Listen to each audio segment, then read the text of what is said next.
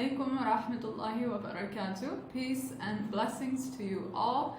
Welcome to my channel, that.american.niqabi, where we talk about finding a good spouse, being a good spouse, motherhood, tarbiyah, and a lot about hijra actually, which is just moving to a Muslim country basically.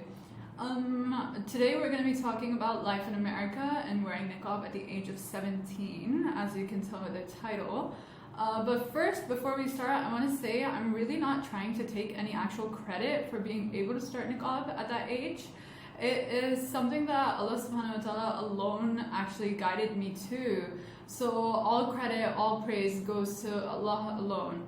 Having said that though, there are a few different components that kind of helped create the environment that made it easier for me to wear it, which is what I want to focus on in this video. Because those are things that you can kind of implement for yourself or for your sisters, or even keep in mind when raising your own daughters, Sha Allah. So basically, in America, whenever a Muslim woman is seen wearing hijab, but especially niqab, the assumption is basically that she's obviously married and it's her husband who's forcing her to wear this. But I obviously wasn't married at the time, and so no, it wasn't my oppressive husband forcing me to wear the niqab. It was a question that I would get often though, because I went to a public university in the heart of one of the busiest cities actually in America. So when I told them that no, I'm not even married, so no, it's not my husband, you just see the blame kind of shift then to the father. So they'll say something like, oh, so it's your dad. Does your dad force you to, does your dad want you to do this, basically? And whenever somebody says this, I can't help but laugh, basically, because I can't wait to see their reaction to what I'm going to tell them next. And what I would tell them is, actually, no, my parents advised me against wearing the niqab. And that's true. So you might be thinking at this point, maybe my parents are modern.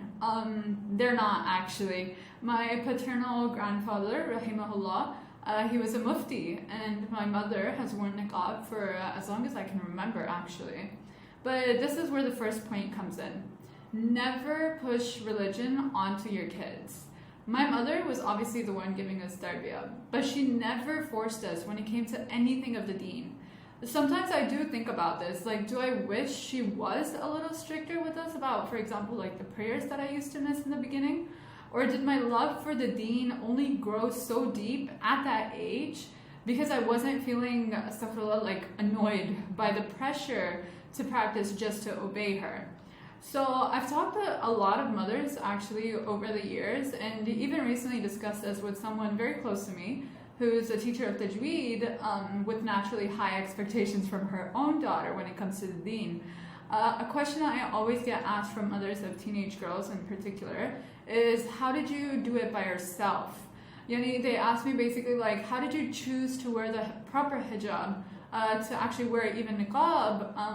Like, where did that motivation come from?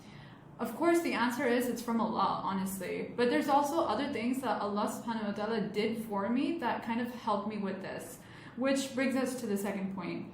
I actually grew up in a religious family and saw the niqab being normalized from day one. From the very beginning, both of my parents have always honored the deen and all of those who adhere to it. So I grew up kind of seeing that. And honestly, I literally can't remember a single moment in time when my mom didn't wear the niqab. So you really have to honestly lead by example.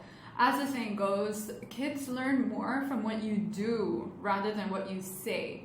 Another thing to remember is kids will actually always want to make their parents proud of them, and I was obviously no different. I actually initially started wearing the hijab with the abaya when I was about, I think it was like 13, 14 years old.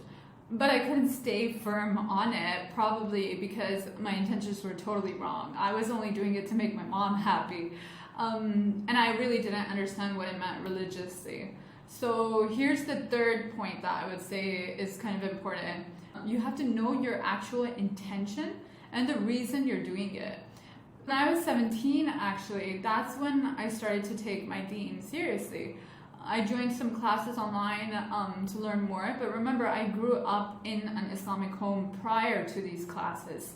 So my parents created an Islamic environment for me, even though the outside environment was anything but.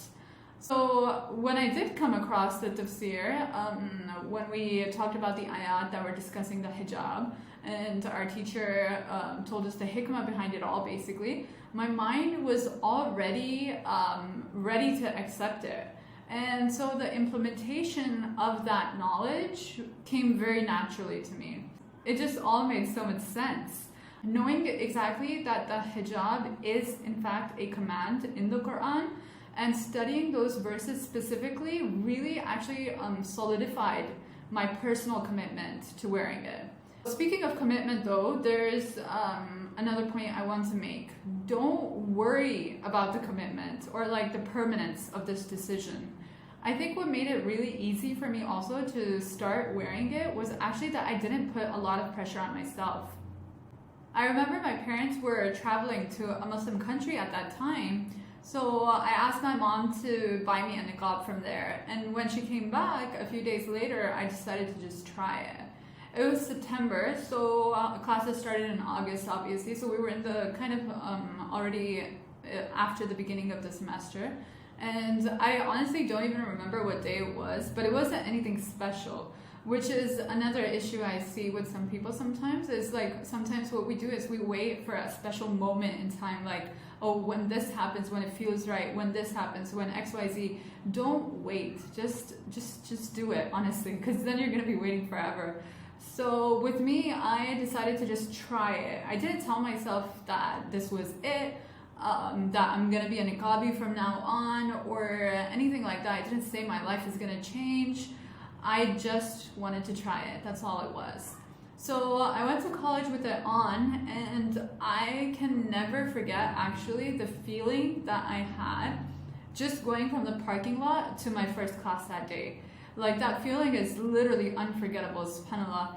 I felt literally weightless. I don't know how else to describe it, to be honest. Like, I was like literally skipping to class, like jumping basically. Like, there was like a skip in my step. I felt like absolutely just so happy.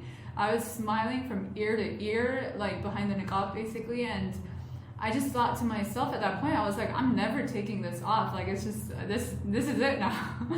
So when I got to class though, I don't think anyone actually was staring more than they usually did anyway. Either way, it never really bothered me too much if I did stand out, which is my last point actually. This isn't in order of importance, by the way. The next point is you have to be confident, and you have to like nurture your own self-worth basically. So my parents, alhamdulillah, they raised me with really good self-esteem, and they didn't do that by overpraising me, by the way. I'd actually argue that when parents praise their kids too much and too often, those kids, I feel like they end up seeking that praise actually, even from others, not just their parents then. So that's something that even I'm conscious of when I think about, like, you know, tarbiyah and stuff basically. But even though I am technically actually a bit of a people pleaser, I'd say, that's only with people that I'm really actually close to. Other than that, things like peer pressure, it never really got to me, to be honest. Like, there were other students that would call me, for example, like Batman or Ninja, or one time somebody called me a thief, which was like, that's kind of offensive. Like, I think that was the one that hurt me the most. But it never really bothered me all that much, to be honest. And I think what also helped me was I had a great support system in my sisters, actually. So basically, to sum it all up, if you're looking to start wearing hijab or start wearing the abaya or start wearing niqab, wherever you are on your journey with hijab, there's really only one advice I'd actually give you. And that's, you have to work towards improvement constantly. No one starts at 100%. You have to remember that. And even I actually have much to improve in my own niqab journey. I actually only cover my eyes online, by the way, not in person yet.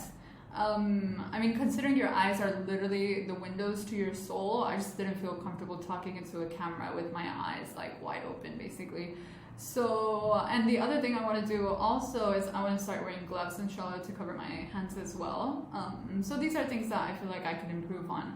But the point is, all of us, I think, if we really think about it and if we're really honest with ourselves, there's probably some improvements that we know we can make to our hijab such that Allah would become happier. And you have to remember, Allah subhanahu wa ta'ala appreciates even an atom's weight of good. So even if all you're taking is a small inch of a step towards Him, that's still a really big deal, and especially to Allah subhanahu wa ta'ala, because there's a hadith, inshallah, I'll leave the reference in the description, where He says if you take a step towards Him, He runs towards you. Like, He will, like, there is nothing too small of a good deed in the eyes of Allah subhanahu wa ta'ala. So don't belittle yourself or any action that you take. Just make sure that you're committing basically to a state of improvement, a state of constantly taking that one step closer to Allah subhanahu wa ta'ala, and having a mindset basically that says, I want to be better, I want to be closer to Allah. So inshallah, that basically concludes the points that I kind of wanted to talk about in this video, and inshallah we're going to do another video that's going to be more evidence-based with more of the references, inshallah, to talk about the actual command in the Quran and what the conditions of hijab are as well, because that's also very important, I think, and it's a really good motivator as well. I feel like it's a good reminder always, even for myself. So I'd love to hear from my sisters, honestly, from all of you, inshallah. I'll leave my email in the description below. If you need any kind of advice, or if you need, like, sometimes it's good just to have, honestly, like a third perspective. So feel free to message me, and of course you can always comment on this video. Let me know what you think, if there's any corrections you'd make. I'd love to hear from you. Assalamu alaikum wa rahmatullahi wa barakatuh. Until next time, take care.